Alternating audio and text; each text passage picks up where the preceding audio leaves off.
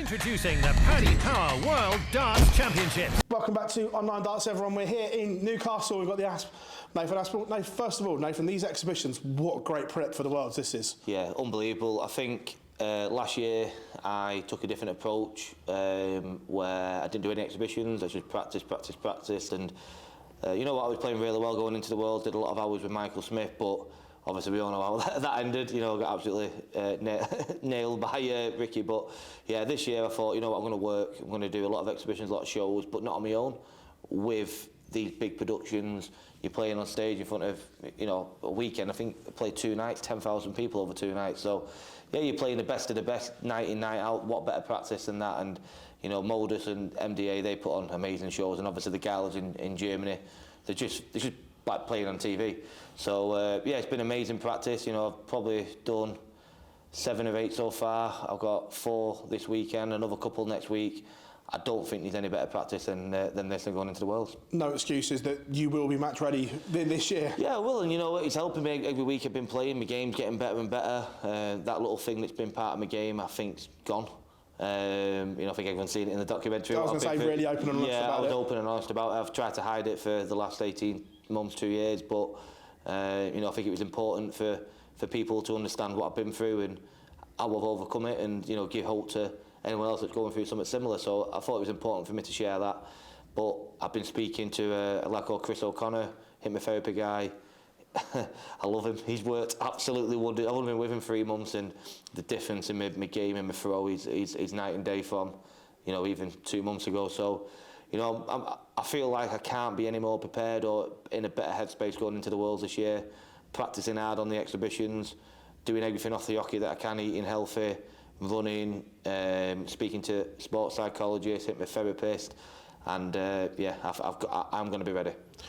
Going back to the documentary, I knew exactly what we were talking about because I was in Brighton that night, and normally, not just you, but we pass players in the corridor all the time, and when I passed you, I'd never seen you like that before, like it was in Brighton. So when you were speaking about it, I could fully understand that night because I saw the tears in your eyes. Yeah, I think what it was is I've just come back from a wrist injury, and I just started playing well, and I think I remember it now like it was yesterday. I was in the toilet smashing the hand dryer, and I was crying and going, just give me a break. Do you know what I mean? I've had back injuries, I've had wrist injuries, I've just about started playing well, and then this. I'm like, you know, there's no God out there, but I'm like, just give me a break, just let me play darts for like more than 3 months without something happening.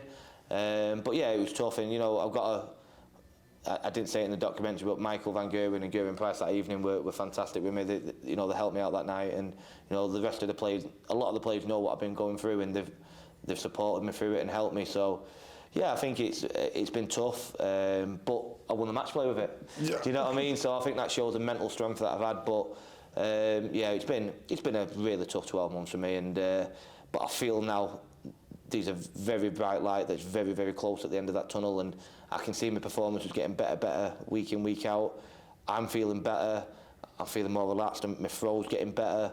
So hopefully it all comes together in the Worlds, but if it doesn't, I know next year is going to be the biggest year that I'm ever going to have.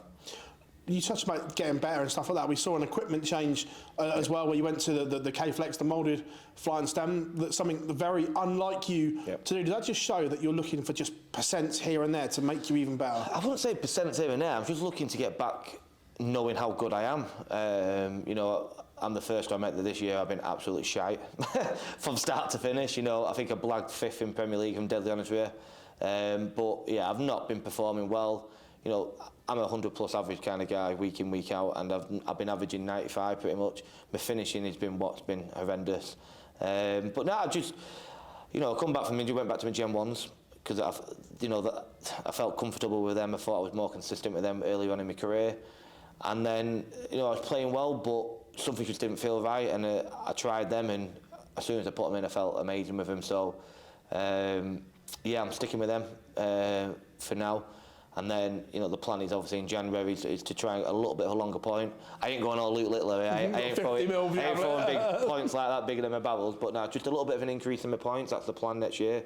But like I say, I don't change, so change my flights for now, and then we'll worry about it next year. But no, I just feel really good, and I do think this is going to, finally I'm going to get over that, you know, I've not been past the third round since I got to the semi-final 4 years ago. I do think this is going to be the year that I'm going to have a good run. I love it how you know your record at certain places, and everyone wants Only to the World, to be fair. Everyone wants to shine brightly at the World. Is that frustrating that you haven't produced your best at the Worlds? Yeah. You know, I think over the past few years, I do think I've had some tough draws, if I'm deadly honest with you. I remember I played Callum Rid's third round. At the time, he was playing really well, but I think I was injured that time. Beat Joe Mernon. Then Callum absolutely ironed me out 4-0. I think the year after I played Josh Rock, who again, he was a little at that time. And we had a fantastic game, beat me 4-3. So, and then obviously Ricky played unbelievable last year. I can't say anything else. He was fantastic. So, yeah, I do think I've had some tough draws, but I feel this is the first year in a few years that I feel ready. I feel ready for this tournament. Last year I didn't play in Minehead because I didn't qualify. I said I pulled out, but I didn't qualify. I was rubbish. But yeah, I feel ready. I feel so good. Me and my partner Kirsty, we keep saying I think this is going to be a good year. This, and I really do. End of the day, I need to. You know, I'm defending the match play next year. I'm not stupid. I know where I can go to in the rankings. I know my position up in the Premier League and the World Series is in scrutiny. But that's when I do well. When my back's against the wall, that's when I produce my best stuff. When I'm under the most immense pressure, that's normally when I come good, and you know, fingers crossed that happens again this year. I love your attitude to this, because you're the one that stands up and says, I want the Premier League, I want the World Series, where we've got Gary and Gezi saying, if offered, I'm not going to go. Well, you're the completely opposite. You want the limelights and the big stage. You know what? And it really grates on me. And really good mates with Gary, really good mates with Gezi. Yeah, Gezi, I was working with Gezi last week, but if they don't want it, don't give it them. Whether they deserve it or not, don't give it them. And, you know, people might pull me up on this, but why should they get that spot when people like myself, okay, I've had a bad year, don't deserve it, but I want it, and I will bring something, I will give 110% every single night on that stage. If they're going to tip up and they can't be asked, why put them in? I just don't get it. And, you know, hopefully, if they come out, both of them, many, many times, don't want it. You know what? I don't even know why the PDC would even consider it, because it looks. I think if they put it in, I think it looks bad on the PDC, in my opinion. So, yeah, listen, like I say, I love it. When I'm a kid growing up playing darts, you want to play in the Premier League. So of course, I want it. You know, yeah, it's tough. Don't get me wrong, it's tough. But bloody hell, I'm not getting up at 7 in the morning digging holes and doing that for 200 quid a day. I've got a fantastic living. Yeah, it's tough, but you know, get on with it. Do you know what I mean? It's a fantastic position to be in. I've got an amazing life. My family don't want for nothing, and that's because I work hard and do a lot of travelling, make a lot of sacrifices. Tough for me, but yeah, don't feel sorry for me. I'm living a great life, and that's why I want all these things, because you know, the more things I'm in, the more I'm recognised, bigger sponsors that come along. You know, it's common sense in it, let's be honest. So yeah, hopefully PDC give me another shot. I love the bit in the documentary as well where Millie, your youngest, couldn't decide whether it was more presents or dad to win the World Championships. Yeah, you know what? We watched it. You know, I think it was Monday night. Someone sent me the clip of Millie. So I said, right, you know what? We'll sit down and we'll watch it tonight as a family. And we did, and. You know, I think it would have been a lot longer if I didn't get beat first round. To be fair, I think I would have had more than a 10-minute part in it. But you know what? I thought, you know, full credit to both the PDC and Dorothy Perkins, Dorothy Street. I thought they put it together really well. I thought it showed. I thought the James Wade bit was fantastic. Yeah. You know, I thought James came across really well, and obviously, you know, Humphreys was fantastic as always. So I thought it was really good. And yeah, Millie walked in school on the Tuesday, and a few of the teachers have watched it. But, oh, we seen you on telly last night, Millie. You're famous, and she absolutely loved it. But nah, she's a little star. Look, going forward into next year, like you said, almost a free shot. And a little bit apart from obviously the match play that you're defending, is it important that you get ranking money on the board early next year? Yeah, like I say, the last 2 years I've had, I think in 2 years I've probably made 32 grand probably on Pro Tours, which when you think about it, it's 15 grand to the winner. Fingers crossed I put it up, but at the moment it's 15 grand to the winner. You know, I can make that back in 2 tournaments, what I've made in 2 years, and so that shows how poorly I performed on the floor. Again, European tours, you know, again, my own fault, fell out the seedings. It was tough travelling on the Friday and playing Friday night, but it's down to me to start the year off well on the Pro Tours, you know, tip up on the Euro Tours for the first 3 or 4, have a decent run, get myself back in them seedings, and then you know, who knows, I can have a fantastic year. But again, I'm not defending much for the first 6 months, but I do know that obviously the big ones are match play. But yeah, this year, me and Kirsty, we spoke, and I know the way my arm feels, the way my head is, what I'm doing. This is the year that you know, I've had my breakthrough before, but I think this is going to be the big year now, next year, and I've got to, you know what I mean? It's either pull your finger out and have a fantastic year, or, you know, you're outside the top 16, and I don't belong outside the top 16. I'm a top 10 player, in my opinion. People might disagree, but I'm a top 10 player, and I've just got to work hard, playing everything, and, you know, try not to be complacent, because last year I missed a lot of it, a lot of the year, and, you know, when you are away, you do miss it, and rest assured this year, I'm giving it 110%. And I know everyone says that, and after a week, they stop playing, but I'm going to do everything this year. Look, this has just been a remarkable roller coaster of a career for you. Is it hard to, obviously, the highs are so high and the lows are so low, would you just like, and kind of a middle of the road year where you pick up a couple of titles, you're steady, or do you like the highs and the lows? It's boring, that, isn't it? You know, just tipping up, winning everything like Humphreys and Littler, it's boring, isn't it? You know, who needs 2 million a year? But no, I think obviously for me, I've had I came on the scene from nowhere, had a fantastic rise.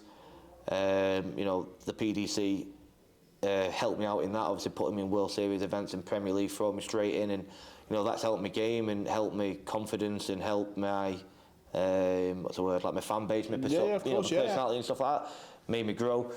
But yeah, I've had so many ups, I've had so many, you know, at the moment, the last 2 years, it's felt been a lot of downs. You know, probably a few months ago when I did that incident with the dart, that was breaking point. You know, I was close to, went home, like, something's got to change now, or I'm quitting.